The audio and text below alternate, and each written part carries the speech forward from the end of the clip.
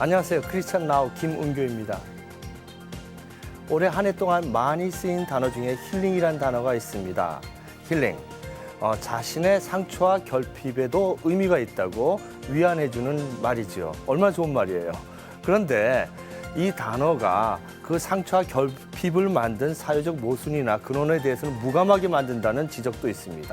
나아가 이것이 너무 많이 쓰여서 상업적인 세일즈 용어에 지나지 않다는 비판도 있지요. 자, 이 위로해주고 또 힘을 넣어주는 이 힐링이라는 단어, 진정한 보약일까요? 아니면 잠깐 시원하게 만드는 콜라 같은 것일까요? 아니면은 고통 자체를 잊게 만드는 마취제일까요? 마약일까요? 힐링 is 킬링일까요? 어떻게 하면 진정한 희망이 될 수 있을까요?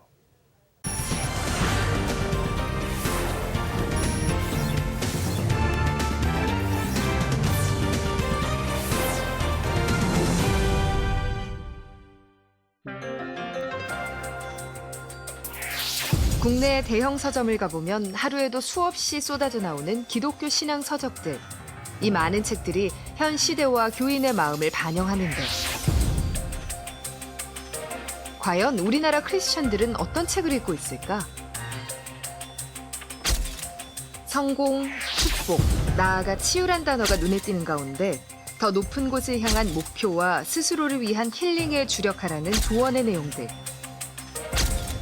부와 명예, 권력을 좇는 세상의 논리와 욕망이 대형화와 성장주의를 꿈꾸는 교회의 모습과 일맥상통. 개인의 신앙 또한 물질의 풍요와 안락함을 추구하는 기복 신앙으로 전락해버렸다. 물질주의가 지배하는 사회와 교회의 흐름 속에서 신앙 서적이 안내하는 욕망의 지름길. 오늘 그것에 대해 조명해보려 한다. 2013년 올해 한 해 동안 여러분 어떤 책을 읽으셨는지요? 어떤 책이 기억에 남으세요? 자, 오늘 이 시간에는요, 2013년 출판계를 통해서 한국 교회의 현주소를 생각해보는 시간이 되려고 합니다. 오늘 기독 출판 발자취와 함께 현실을 짚어보는 시간을 가지려고 하는데요. 이에 관해서 얘기를 나눌 귀한 손님들을 모셨습니다. 먼저 2012년 한국 출판 평론상 대상을 수상하시고 북칼럼니스트이자 출판평론가로 활동 중이신 장동석 작가님 나와주셨습니다. 감사합니다. 안녕하세요. 네, 감사합니다. 그리고 나우 42회 때 소개되었던 평신도 신학교육의 장 기독연구원 느헤미야의 김군주 교수님 자리해 주셨습니다. 교수님 감사합니다. 그리고 언제나 우리에게 분별력 있는 말씀을 해주시는 뉴스엔조이 김종희 대표님 오늘도 함께해 주셨습니다. 감사합니다. 안녕하세요. 고맙습니다. 예. 장동수 작가님, 먼저 올해 올해뿐만이 아니죠. 늘 과거부터 그랬지만 자기개발서, 특히 올해 힐링이라는 단어가 아주 풍미했던 시절 같습니다. 그렇죠. 그 이유가 뭔지요? 일단 좀 앞으로 가봐야 될 것 같은데요. 네. 1980년대, 90년대 초반까지 인문사회과학서적들의 인기, 386 세대의 힘과 무관하지 않은 그런 결과인데요. 그런데 이제 90년대 중후반부터 경제 위기가 본격적으로 시작되죠. IMF 경제 위기, 이 위기가 닥치면서 사실 국내에서는 평생 직장 개념이 완전히 사라져 버리게 됩니다. 그럼 결과적으로 이제 각자 살아남아야 하는 시대가 된 건데요. 그러다 보니까 이제 출판계에서는 재테크 관련 서적들 혹은 자기개발 서적들을 본격적으로 내놓으면서 이제 그 10년 동안, IMF 이후 10년 동안 시장을 주도하게 되거든요. 이런 것들이 이제 최근에 심리학 서적이라든가 에세이와 결합하면서 이른바 최고의 키워드, 자기 치유, 셀프 힐링 이런 말도 하고 있는데요. 이런 경향들이 이제 출판계뿐만 아니라 사회에서도 아주 주름 잡는 키워드가 되어버린 거죠. 그러니까 그 일반 출판계의 어떤 주요 키워드가 기독교 출판 시장에 들어왔다 이렇게 보시는 거죠? 그렇죠. 예. IMF 경제 위기는 우리 사회뿐만 아니라 교회도 굉장히 많은 영향을 줬다고 저는 보고 있는데요. 그 단적인 이유가 이제 그 개개인의 교인에게 이제 집중하는 시대가 본격적으로 열렸다 이렇게 평가할 수 있을 것 같아요. 그 앞까지만 해도 교회는 민주주의와 사회운동에 굉장히 큰 공헌을 했던 종교입니다. 그런 것은 결국은 이제 공동체적인 역할에 굉장히 많은 힘을 쏟고 있었다고 봐야 되는데요.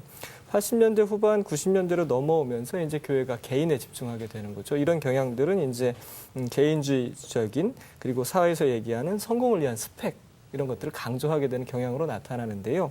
그러다 보니까 거기에 영성이라는 단어, 90년대 그 출판계, 기독 출판계를 주름잡았던 키워드가 영성이라는 단어인데요. 이 영성이라는 단어를 결합시킨 겁니다. 그러니까 세상에서 성공하는 것이 곧 하나님의 영광을 드러내는 것이다. 이른바 고지론이라고 표현되는 그런 것인데요. 이런 것들이 이제 책으로도 나타나게 됩니다. 기독 시장이 이제 큰 출판사 몇몇 곳에 중심으로 재편이 되다 보니까 이런 출판사들에서 이제 이른바 간증형 자기계발서라는 것들을 출간하게 되는 거거든요. 예를 들면 야베스의 기도라든가 목적이 이끄는 삶이라든가 뭐 긍정의 힘이라든가 이런 책들이 대표적인 책이라고 볼 수 있는데 이런 적극적이고 아주 돌파하는 신앙을 강조함으로 인해서 신앙도 경쟁하는 것이다. 그래서 내가 하나님 앞에 보이는 것이다라는 그런 경향들을 이 영성 관련한 서적들이 굉장히 많이 보여준 것이죠. 아, 그렇구나. 야베스의 기도 같은 경우에는 성경에 한 줄만 등장하지 않습니까? 그런데 이 야베스의 기도 한 줄 기도를 가지고 뭐 그렇게 두껍지 않은 책이지만 기도하면 무엇이든지 이루어진다.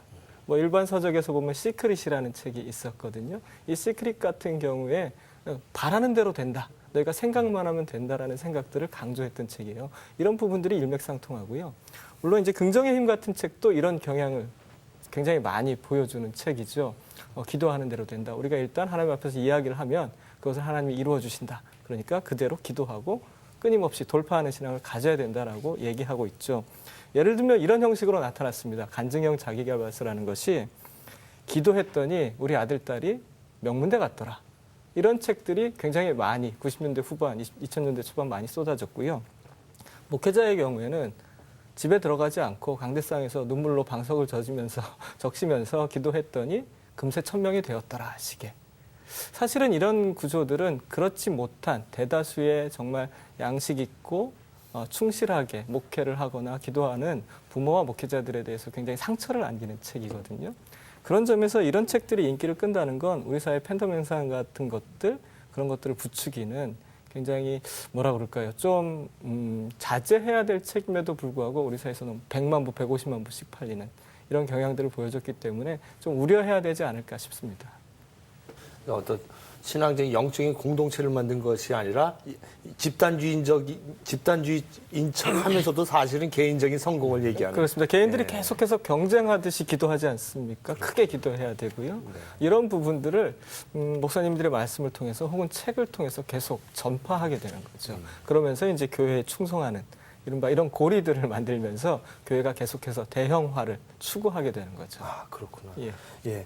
자기 능력 개발한다는 거 얼마나 좋은 이야기인지요. 자, 이러한 책들 일반인들은 어떻게 생각하는지 독자들을 만나보았습니다. 사람한테 이렇게 꿈을 가지게 하고 긍정적으로 살아가게 하는 데에는 아주 큰 도움이 되는 것 같고요. 어떤 문제점이 있을 때 이제 해결이 되는 방안도 많이 있었고 이제 그 문제점을 좀 이겨내는 힘을 좀 많이 얻었던 것 같아요. 너무 물질적인 부분이나 아니면 인생의 실패, 성공을 너무 이렇게 부각시키는 것 같아서 그런 것들이 좀 저한테는 거부감으로 다가왔던 것 같아요. 예수님 다시 오실 그 하나님 나라를 소망해야 되는데 그것에 대한 이제 자기 죽음이나 내 죄에 대한 부분이나 그런 것들은 너무나도 모호하게 설명을 해놓고 나중에 있을 우리가 이 세상에서 어떻게 즐겁게 누려야 될지만 이야기를 하기 때문에 그런 것들이 문제가 있다고 생각을 합니다. 아, 독자들은 아주 다양한 생각을 갖고 계시네요. 교수님 생각은 어떤지 좀 여쭙고 싶습니다. 개인의 성공만을 강조하는 서적들이 이렇게 계속 나올 때 어떠한 문제가 생길까요? 글쎄요, 아마도 우리는 문제가 사회의 문제랑 교회의 문제가 결합되어 있는 것 같습니다. 우리 옛날에 한국전쟁 이후에 한국 사회 전체가 너무 살기 힘들었고 그러다 보니 그때 경제개발에 대한 모든 집중을 하고 고스란히 교회 안에도 반영이 되었던 것들이 절망하고 낭망하고 살 길이 없었던 사람들이 교회 가서 예수 믿으면 살 길이 있다더라. 예수 믿으면은 잘 될 수 있다더라. 그거 자체가 나쁜 것이진 않겠죠. 하나님께서는 모든 슬픔에서 기쁨을 가져다 주시는 분이시니 그거 자체는 문제가 없고 하여튼 이 한국 사회의 경제 성장이라는 외면적인 성장과 더불어 교회 안에도 온통 주님 안에서 승리하고 잘되고 앞선 길로 가고 뭐 이런 것들이 지배했던 것 같아요. 그때 저도 뭐 늘 보면서 사회적으로 유명한 명사들이 공개적으로 나 예수 믿습니다. 하나님께 영광 돌립니다.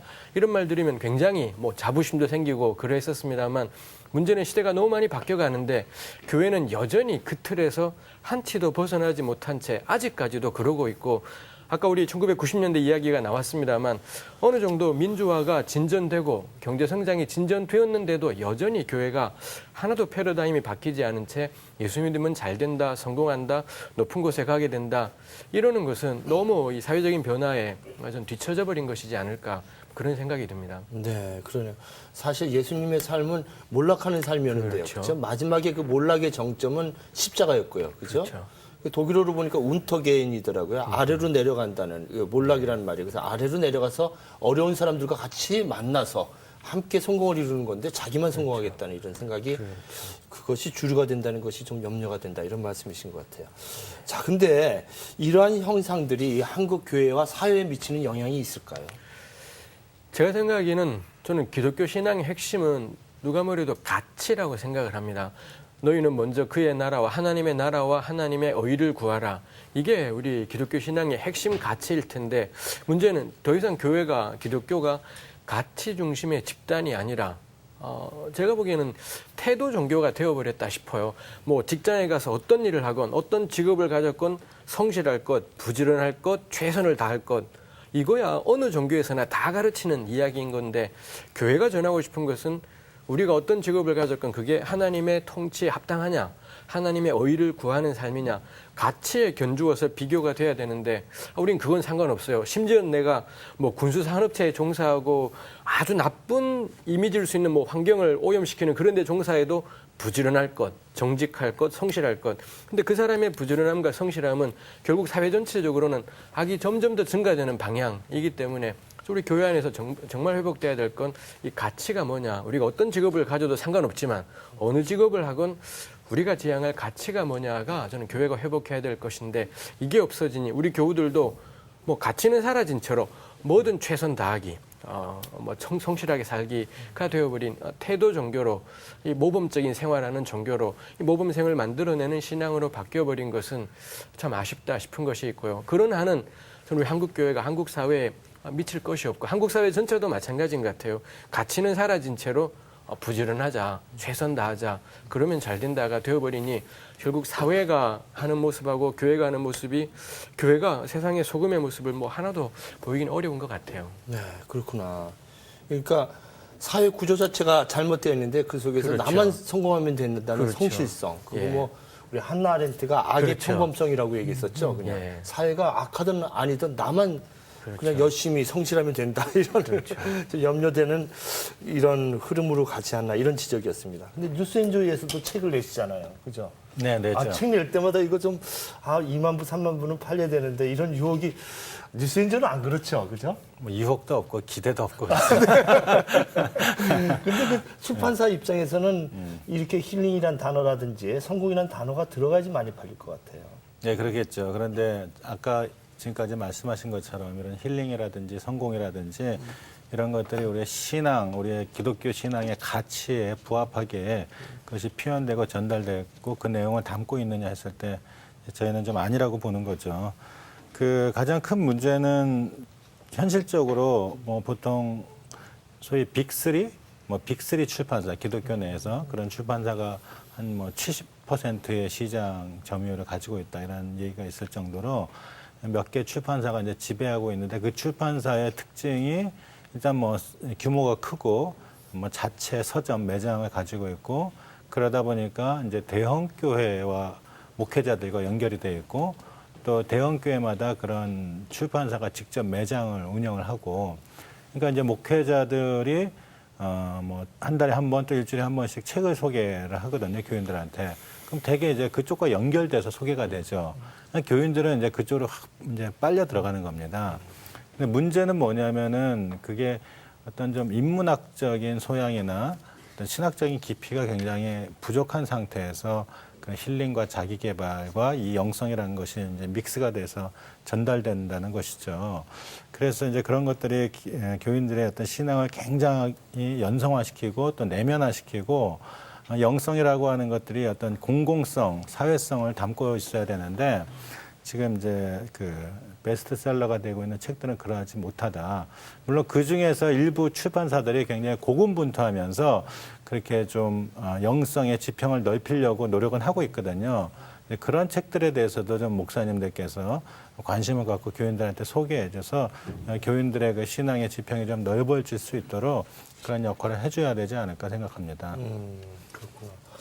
그런데 힐링이라는 이 키워드가 이 개신교에서만 쓰는 단어는 아니죠. 스님들 서적도 베스트셀러가 많고 신부님이 쓴 책들 중에서도 힐링이나 뭐 이런 단어를 쓴 것 같은데 좀 차이가 있는지요? 아니 뭐 이제 대중적으로 막 그 베스트셀러가 되는 책은 뭐 어느 종교나 비슷비슷합니다. 뭐 소위 불교에서 일반적으로도 베스트셀러가 된 책들 보면은 사실 기독교에서 우리가 비판하는 내용과 크게 다르지 않거든요. 그런데 이제 이 캐톨릭의 경우를 보면은 조금 차이가 있어요. 하나는 캐톨릭에서는 고전을 많이 이제 읽히고 있더라고요. 고전을 많이 읽히고 있고 또 이제 그 베스트셀러 중에서는 이태석 신부에 대한 책이 여전히 강세를 떨치고 있는데 사실 개신교 내에도 이태석 신부 못지않게 훌륭한 분들이 있죠. 그런데 왜 이태석 신부가 계속해서 이렇게 일반인들한테 어필을 하냐면 그거는 그 책이나 그분의 삶의 내용보다는 개신교의 지금 이미지가 별로 안 좋기 때문에 덩달아서 그런 인물이 부각되어도 사람들한테 별로 어필이 안 된다는 겁니다. 그래서 책의 문제가 아니고 이제 기독교, 개신교 전반의 문제라고 볼 수 있고요.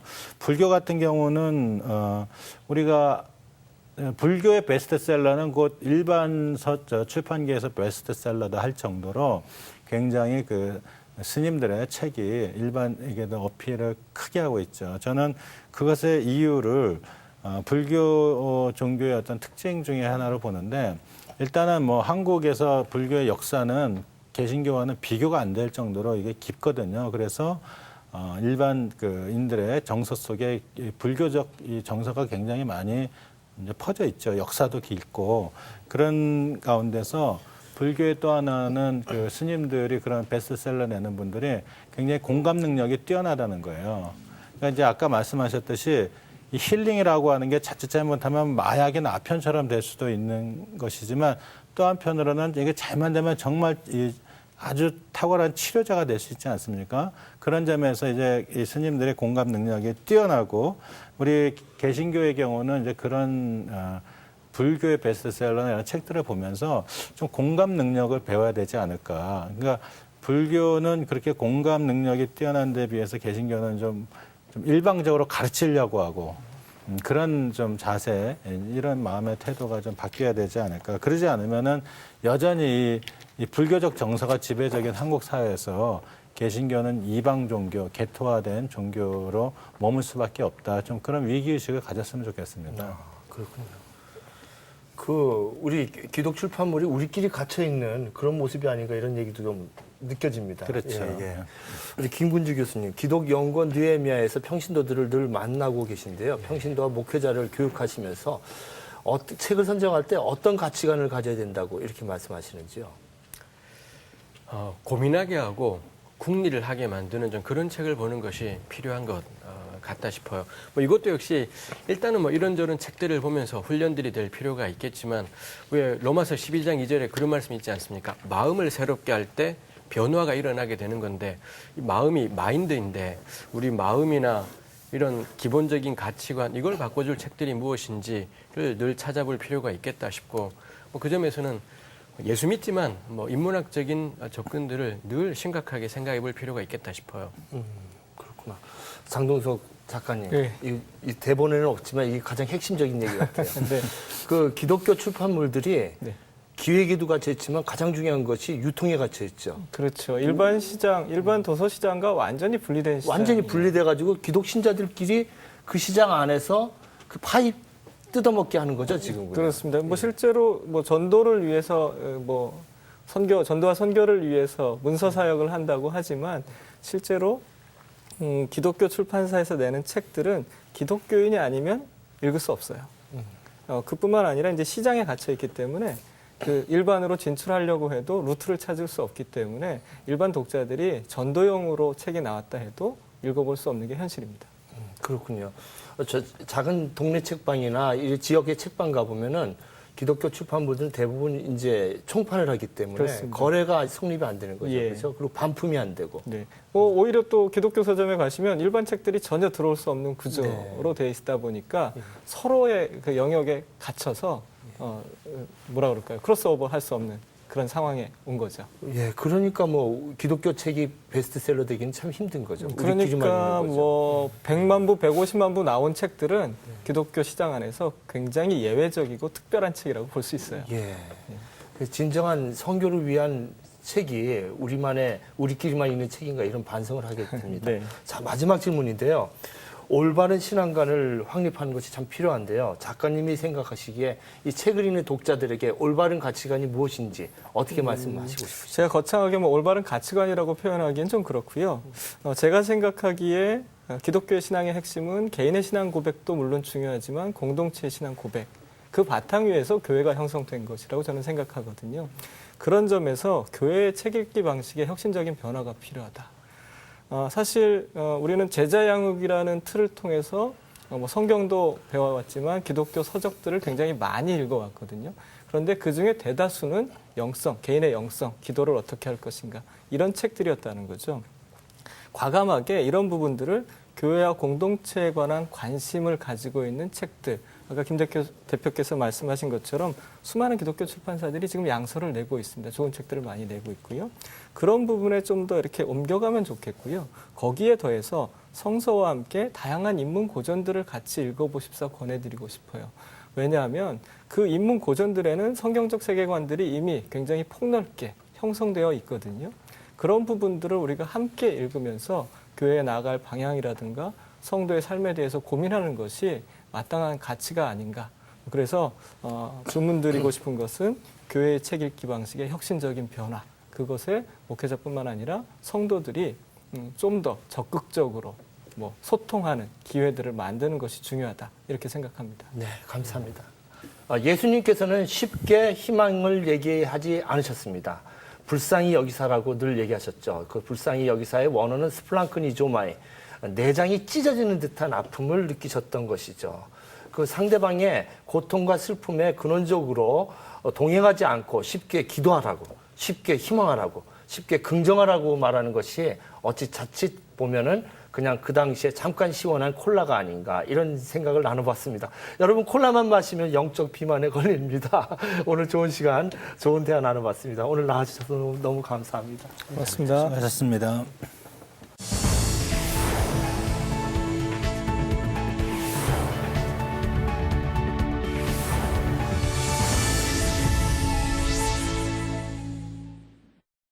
인터넷에 가족이라는 단어를 치면 다민족 가족이라는 키워드가 등장합니다. 우리 사회는 빠르게 다민족 사회로 변해가고 있습니다. 그런데 이러한 사회를 만들고 있는 결혼 이주 여성, 이런 분들에 대해서 우리 사회는 어떻게 존중하고 있는지요. 오늘 그 이야기를 나누어 보려고 합니다.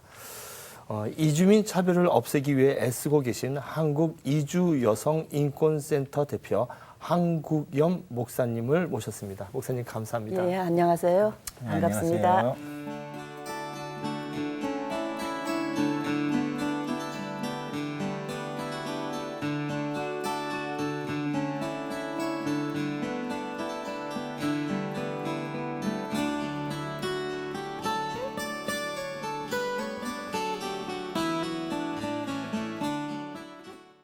목사님, 현재 한국 이주 여성 인권센터를 운영하고 계신데요.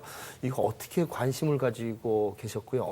어떤 계기로 이 센터를 운영하게 되셨는지요? 예, 저는 이제 한신대 이제 대학원을 졸업을 하고 그리고 이제 저희 남편하고 같이 독일에 이제 가게 됐는데 가기 전부터 관심을 가졌던 게 이제 교회에서의 여성 차별 문제하고 그리고 이제 그 민중 문제였습니다. 그런데 이제 독일에서 이제 돌아와서 저희가 이제 자연히 남편하고 둘이서 민중교회를 하게 됐는데 그날 이제 그 교회에서 있는데 어느 날 이제 성남에 있는 한 양말 공장에서 중국 여성 이제 7명하고 남성 1명이 도망을 쳐서 저희 교회로 오게 된 거예요. 얘기를 이제 저희가 노동자 교회라는 얘기를 듣고 온 것 같아요. 와서 이제 이 사람들 얘기를 들으니까 임금체불 이제 1년 가까이 임금 못 받았고 그리고 그 중에 여성들은 이제 성희롱, 성폭력 당했다는 얘기를 듣고 근데 당시에 이제 저하고 저희 남편하고 언제나 물으면서 사는 질문이 오늘날 이 땅에서 가장 고통받는 사람들이 누구냐 이런 질문을 서로 이제 하고 살았는데 그때 이제 이 중국에서 온 그 노동자들을 보면서 그 질문을 다시 하게 된 거예요. 오늘 이 땅에서 가장 고통받는 사람이 누구냐. 그랬을 때 저희한테 들려진 대답이 이주 노동자들이다. 그러면 그 대답을 들었으면 뭔가 해야지. 그래서 이제 서울 외국인 노동자 센터를 세우게 되었고요. 그래서 이제 제가 당시에는 이제 아시아 여성교육원에 낮에 원장으로 있었고 밤에 또 주말에 이 여성들 상담도 하고 이러면서 당시에 이제 이주는 운동 하시는 분들이 되게 목사님들이 많았는데 다 남자분들이었어요. 그러다 보니까 그 센터에 오는 여성들을 상담을 하고 이러는데 굉장히 제가 볼 때 좀 성인지적 관점이 모자란 거죠. 그래서 그것들을 옆에서 보면서 이건 아니다. 그래서 제가 이제 저희 남편한테 당신 가지고는 안 되겠다. 그래서 이주 여성 문제를 내가 띄어서 하마. 그래서 이제 그 당시에 이제 또 제가 여신학자 협의회 총무도 하고 있었는데 그걸 접고 이제 이주 여성 인권센터를 만들게 된 거죠. 그래서 이제 그게 2001년 얘기인데 벌써 이제 14년이 돼가네요. 그래서 이제 그 동안에 이제 이주 여성 문제를 전문으로 하면서 이 사람들이 어떻게 한국 땅에서 사람으로 존중받으며 살 수 있을까 이 문제에 이제 관심하면서 살아온 거죠. 이주 여성들과 함께 한다는 그 말은 쉽지만 쉽지 않은 너무 많은 어려운 일들이 많았을 것 같아요. 그리고 또 그러면서 또 기쁨의 성과가 있었을 것 같은데 그 어려운 점과 또 어떤 기쁨이 있었는지 한번 말씀해 주시면 합니다. 이제 제가 그 민중교회를 하면서 하나 배운 게 있는데 그때 배운 게 뭐였냐면 민중목회라는 거는 민중을 위해서가 아니라 민중과 함께 하는 거다 하는 거를 제가 배웠습니다. 그래서 이제 이주 여성 문제도 마찬가지죠. 이주 여성들을 위해서라기보다 이주 여성과 함께 하는 것이 이제 진정한 목회라고 생각을 가지고 이제 있는데 사실은 함께 한다는 게 말처럼 쉬운 건 아니고요. 제가 함께 한다고 그러지만 정말 그 사람들의 입장에서 나를 던지느냐 그 점에서 이제 가끔 반성도 많이 하는데 어쨌든 제가 이제 이주 여성과 함께 한다고 하면서 이주 여성들을 위해서 뭐를 어떻게 한국 사회를 변화시키거냐 시켜 나가야 되는데 뭐가 필요한 거냐 그러다 보니까 제가 이제 여성 운동에서 배운 게 제도 개혁이었거든요. 그래서 이제 이주 여성들을 위해서 이제 제도를 변화시켜야 되겠다. 그래서 이제 가장 필요한 이주 여성 쉼터를 만들게 됐고요. 이제 제가 2001년에 이주 여성 쉼터를 만들었는데 당시에 한국에 이주 여성 쉼터라는 게 전혀 없던 때입니다. 근데 이제 폭력을 피해를 당하고 그런 여성들이 갈 데가 없었던 거죠. 그래서 이 사람들 쉼터를 하면서 그리고 이제 다문화 그러니까 소위 국제 결혼 가정들이 점점 늘어나고 있는데 정부가 이 사람들 일을 전혀 하지 않고 있는 거예요. 그래서 당시에 이제 그 여성부 장관이 이제 제가 운동에서 알게 되신 분인데 이분을 한 2년간 쫓아다녔습니다. 쫓아다니면서 정부가 여성 입장에서 일을 해야 되는 거 아니냐. 그래서 이제 한 2년 쫓아다녀서 마침내 2005년에 여성부가 이제 그 최초로 국제결혼 이주 여성을 위한 사업을 시작하게 됐고요. 그 사업에 이제 뭐 잘 모르잖아요. 어떻게 될지 모르니까 저희가 이제 위탁을 맞아서 그 이제 사업 모성보호라든지 한국어 교육 이제 이런 거 시작하게 됐고 지금 다문화 가족이 하고 있는 일들이 그때 다 이제 저희가 세팅했던 그걸 그대로 받아서 하고 있는 거고요. 그러면서 이제 제가 집중적으로 본 게 저희 단체 이름이 인권단체잖아요.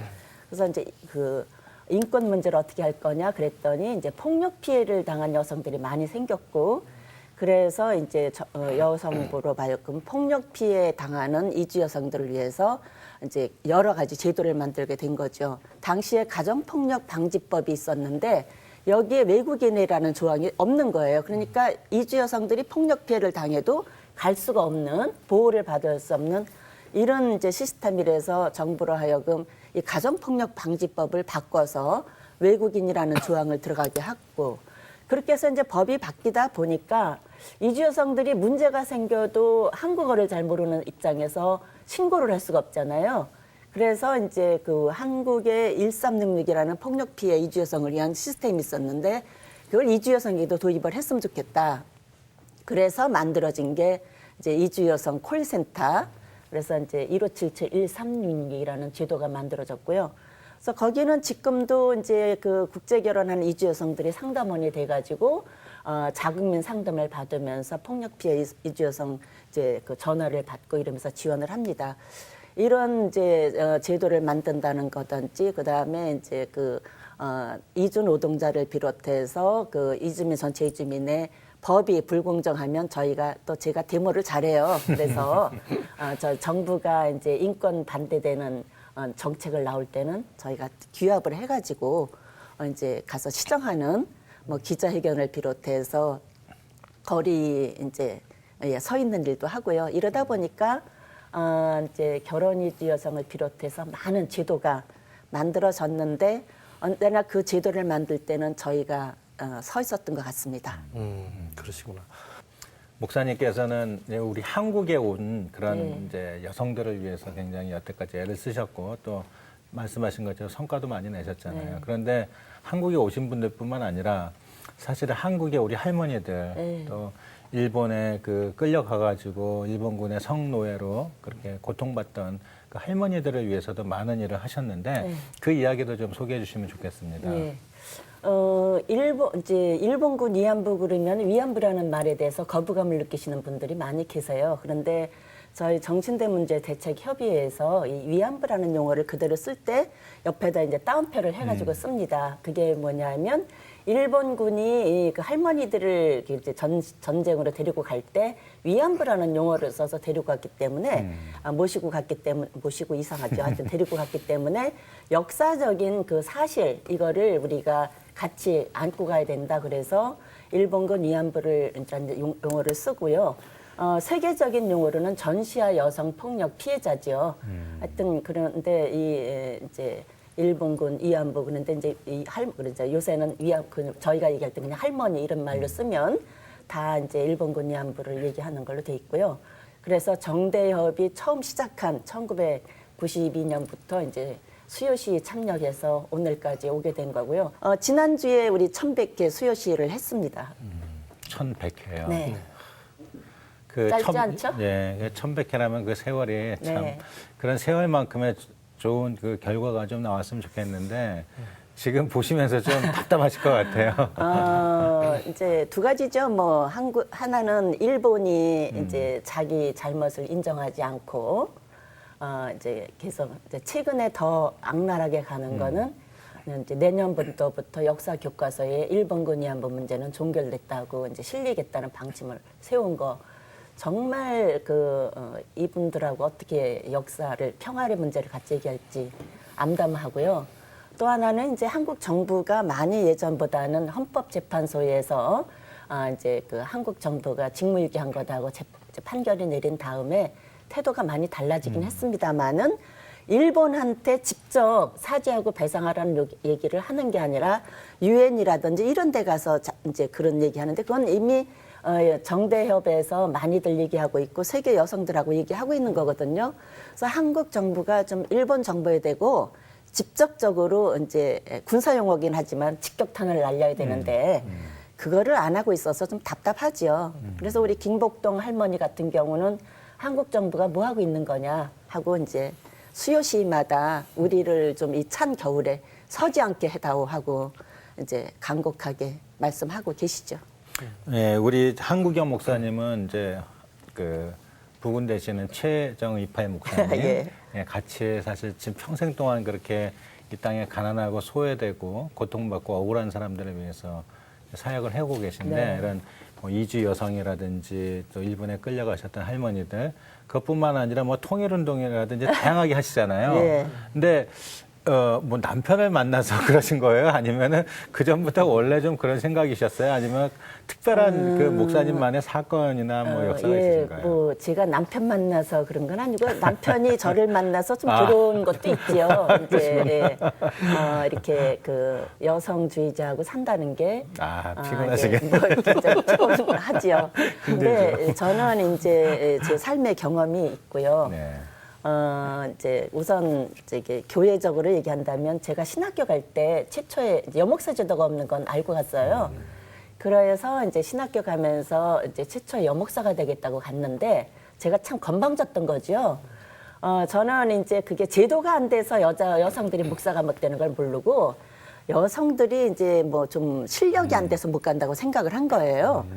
그래가지고 이제 저 기염을 토하고 신학교 갔는데 신학교 가보니까 여자는 목사가 못 된다는 거예요. 당시에 여자 목사 못 된다는 얘기를 하는데 참 이유가 어처구니 없더라고요. 하나님은 아버지고, 그래서 이제 아버지는 남자니까 남자만 목사가 될 수 있다. 뭐 두 번째는 예수님 주변에 제자들이 다 남자였으니까 육체적으로 일치감 있어야 된다. 이거 지금 천주교에서 이 이유 때문에 이제 여성사제 거부하고 있죠. 그리고 세 번째는 뭐 바울이 여자는 잠잠하라 이랬다 이런 얘기들을 하는데 진보적인 학교를 다녔어요. 예. 그런데 그때만 해도 저희가 이제 그 안수제도가 없었습니다. 저희 뭐 언제나 진보 그러면 기독교 장로회 이러는데 그땐 그랬고요. 근데 저는 또 개인적으로 이 하나님이 아버지인데 아버지를 이제 남자니까 목사가 못 된다고 제가 엄청 분노를 느낀 게 제 개인적으로 굉장히 뼈아픈 역사가 있어요. 이제 제가 돌 지나서 넉 달 만에 이제 제가 함경도 출신이거든요. 그래서 저희 가족이 이제 이남으로 남하를 하는데 밤에 이제는 안내원을 사가지고 이렇게 넘어오다가 이제 임진강 앞에서 임진강을 건너야 되잖아요. 그래서 배를 하나 사가지고 같이 일행이 넘어오는데 제가 이제 울면은 그 북한에서 총을 쏴댈 테니까 그 안내원이 저희 아버지를 닥달한 거예요. 애가 울면 어떡할 거냐.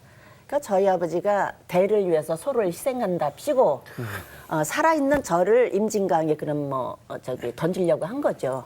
제가 그때 우리 어머니 등에 옆에 있었는데 저희 어머니가 말이 되는 거냐 이게 살아있는 생명을 어떻게 이제 강에 던지냐. 그러면 어떻게 하겠다는 거냐. 그러면 당신들은 떠나라. 나는 얘를 데리고 다시 살 길을 찾으마. 그래서 저희 어머니가 저를 이제 업은 채로 배에서 내려갔고 그 밤중에 그 배는 떠나보내고 밤중에 임진강 그 상류로 걸어서 나중에 이제 그 찬물 속을 걸어서 저를 이제 업은 채로 걸어서 넘어오신 거죠. 근데 이제 다행히 하나님의 도움이신 거죠. 제가 간증을 한다면 도움심으로 제가 그 찬물 속에서도 깨지 않고 이제 그 임진강을 넘어와서 딱 나만의 발을 이제 임진강을 건넌 순간 제가 이제 깨어서 울었다고 합니다. 근데 제가 이 얘기를 고등학교 때 들은 거예요.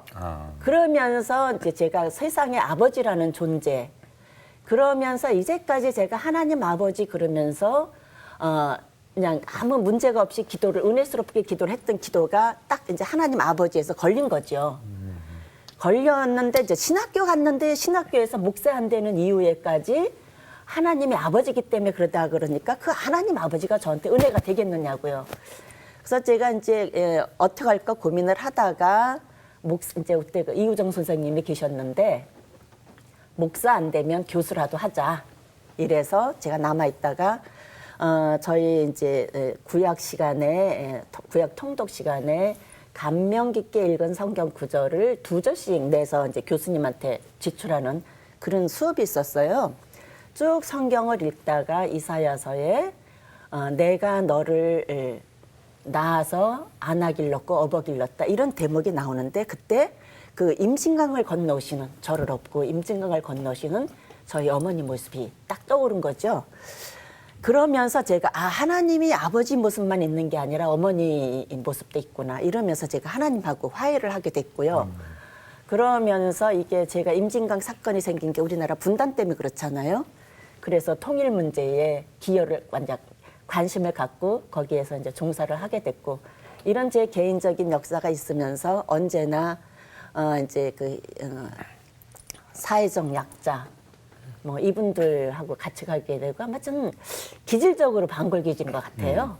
하나님이랑 화해하셨는데 아버님이랑 화해하셨어요? 네, 글쎄 저희 아버지는 그냥 그게 그러니까 저희 아버지도 보니까 분단의 희생자였던 그렇죠. 거죠. 네. 그래서 저희 아버지가 이제 소위 정의라는 이름에서 그러는데 이제 완전한 평화는 안 된 거죠. 그래서 저희 아버지도 이제 지금은 세월이 지난 지금은 용서를 했고 그래서 이제 저 같은 그런 문제를 겪은 사람들이 꽤 많더라고요. 그래서 제가 분단 극복을 위해서 일을 하면서 그러면서 저희 아버지하고도 화해를 하게 됐습니다. 저희 아버지는 이제 6.25 때 돌아가셨고요. 나중에 그 얘기를 알았지만 그렇습니다. 아유, 그렇게 아주 개인적인 뼈아픈 체험부터 예. 시작해가지고 이렇게 약자들과 그래서 제가 함께하는. 이번에 평화열차도 탔습니다. 예, 그러셨군요. 목사님께서 이렇게 생각하시고 또 구상하시는 다문화 사회가 있을 것 같아요. 바람직한 다문화 사회. 그래서 그 다문화 사회를 위해서 이 교회는 어떠한 역할을 해야 될지요? 이제 다문화 사회 그러면서 한국에서 잘못 쓰고 있는 이제 잘못 많이들 오해들 했는데 다문화 그러니까 국제 결혼이 늘고 이민자가 늘고 이러기 때문에 우리가 다문화 사회 이런 거로 가니까 다문화 사회는 그 사람들이 변하는 게 아니라 한국 사회의 가치관이 변하는 거거든요. 그런데 한국은 그 가치관이 변하지 않고 이제 이 사람들을 뭐 이제 문제를 중심에서 얘기를 자꾸 하니까 이게 다문화 사회가 이루어지지 않는 것 같고요. 그래서 무엇보다 중요한 거는 가치관의 문제고요. 근데 저는 그 기독교가 굉장히 이제 다문화 사회를 만드는데 다문화적 가치를 만드는데 굉장히 중요한 그 신학적인 그 틀이 있다고 생각을 해요. 그게 뭐냐면 창세기 1장 26절에 하나님이 사람을 만드시되 자기 형상대로 만드셨잖아요. 모든 사람들이 다 하나님의 형상이라는 이런 신앙 고백을 교인들이 가지고 있고 그렇다면 기독교 인구가 한국 인구의 4분의 1인데 왜 이 세상이 안 변하겠습니까? 문제는 그 창조 신앙을 제대로 이제 교인들한테 설교를 안 하고 그리고 교인들이 그 신앙대로 살지 않기 때문이죠. 제가 특별히 좋아하는 기절에 갈라디아서 3장 28절이 있는데 거기에 보면 유대인이나 헬라인, 종이나 자유인, 또 남자나 여자가 다 그리스도 안에서 하나입니다 하는 신앙 고백이 나오잖아요. 이 신앙 고백이 사도 바울 선생님이 말씀을 하셨지만 사실은 당시에 초대교회 때 세례받을 때 모든 사람들이 고백을 해야 되는 신앙 고백문이었어요. 그래서 우리가 세례를 받은 사람으로서 있는 신앙 고백. 그러니까 유대인이나 헬라인, 그러니까 이제 인종차별이 없어져야 된다는 얘기잖아요. 그리고 종이나 자유인, 그는 가난한 사람이나 부자들이나 차별이 없어야 된다는 얘기고, 남자나 여자, 그러니까 성차별 없어져야 된다는 얘기인데, 이 창세기 1장 26절의 창조신앙과 그리스도 안에서 하나라는 이 신앙 고백이 한국 교회에 선포되고 이 그리스도인들이 이 삶을 사회에서 실천한다면 전 다문화 사회에 저절로 온다고 생각을 하거든요. 근데 이게 안 되는 게 이제 답답한 거죠. 그래서 교회가 좀 어떤 신앙 이런 거를 가지고 제대로 좀 그 한국 교인들을 가르치고 깨우치는 일을 했으면 좋겠습니다. 네, 목사님. 그 목사님의 그 여러 프로그램이라든지 네. 또는 정보를 얻으려면은 한국 이주 여성 인권센터 홈페이지에 네. 들어가면 되는지요? 네, 그냥 이주 여성만 쳐도 저희 홈페이지 다 소개되거든요. 네. 거기 들어가면 온갖 정보 다 있습니다. 네, 프로그램도 있고 네. 교육 프로그램도 네. 있고. 네, 감사합니다. 목사님 말씀 중에서 갈라디아서 3장 28절 말씀 너무 좋은 것 같아요. 유대인이나 헬라인, 종이나 자유인, 남자나 여자 모두 다 하나가 된다는 그리스도 예. 안에서 하나가 된다는 말씀. 결국은 우리 자신의 가치관이 변해야 된다는 네. 말씀. 예, 오늘 이 말씀 들으면서 인권의 사각지대에 있는 이주 여성들의 문제를 생각해봤습니다.